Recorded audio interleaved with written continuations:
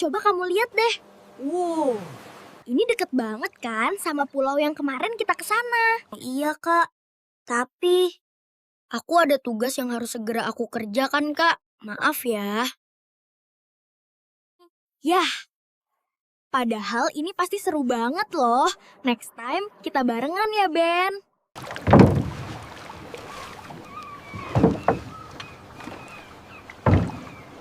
Oke lah kalau begitu, Ben. Kakak berangkat dulu ya. Kamu kerjakan tugasmu yang bener ya.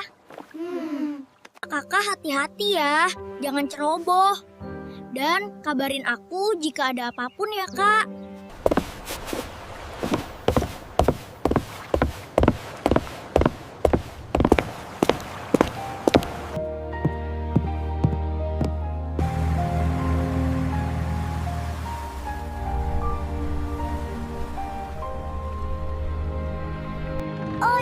Oye, aku akan menemukan pulau baru.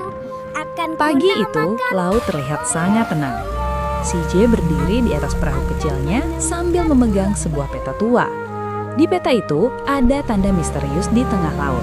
Menurut cerita para pelaut, di sana pernah muncul sebuah pulau yang tidak ada di peta manapun. CJ ingin menemukannya. Awalnya, perjalanan terasa menyenangkan. Ombak bergulung pelan.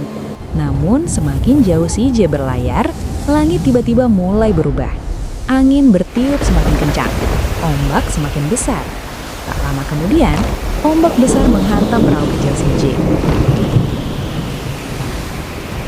Loh, kok tiba-tiba cuacanya jadi serem begini sih? Aduh, gimana? Gimana ini?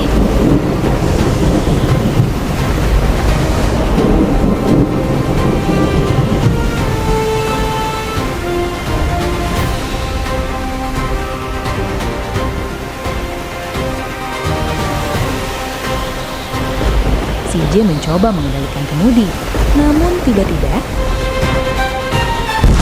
mesin perahunya mengeluarkan suara keras. Suara apa itu? Wah, engine perahuku. Aduh, gimana ini? Perahu melambat, lalu mesin itu mati. Perahu kecil itu kini hanya terombang-ambing di tengah badai. CJ mulai merasa khawatir.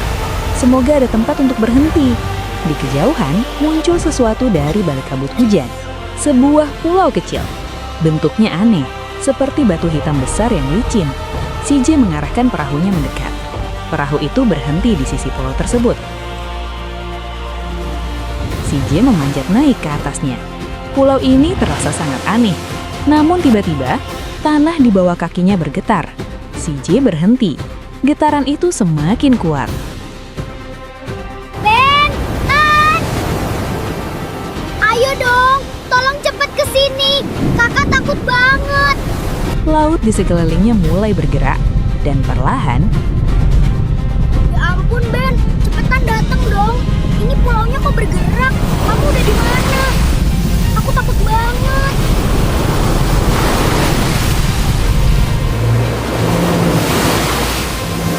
Halo. Kak, Kak, kamu di mana? Sinyalnya jelek banget, Kak. Halo. Tunggu aku segera ke sana. Halo.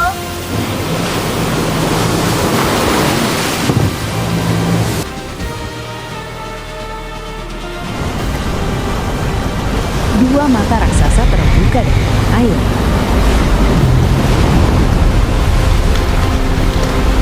CJ langsung menilai sesuatu. Pulau itu bukan pulau.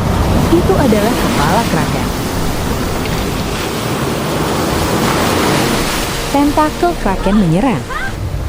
Kraken adalah makhluk laut raksasa dari legenda pelaut di Norwegia dan Islandia. Halo, Kak. Duh, ini sinyalnya jelek banget sih.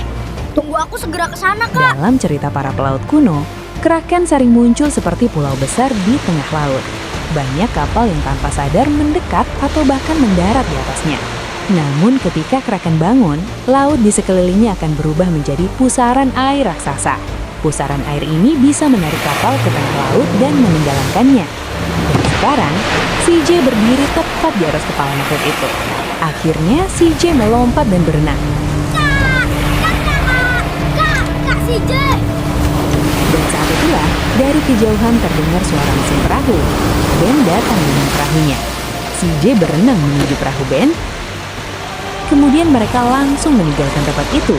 Kraken mengamuk mengejar perahu mereka. Kraken terus mengejar.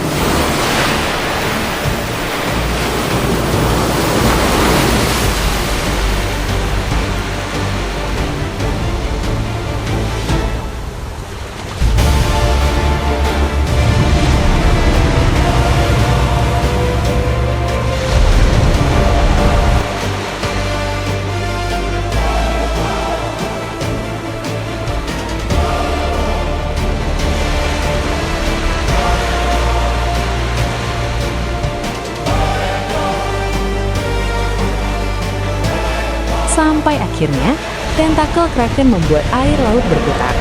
Awalnya pelan, kemudian semakin cepat, dan akhirnya pusaran air semakin kuat. Air berputar seperti spiral raksasa menuju pusat laut.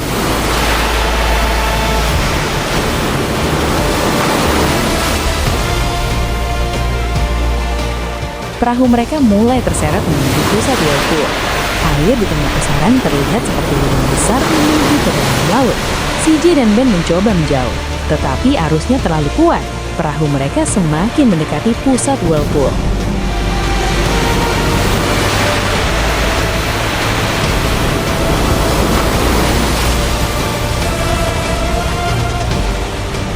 Tiba-tiba, bayangan besar melintas di atas laut. Kilatan cahaya datang. Suara melengking tinggi dari naga putih. Di antara awan badai, seekor naga putih besar muncul dari langit.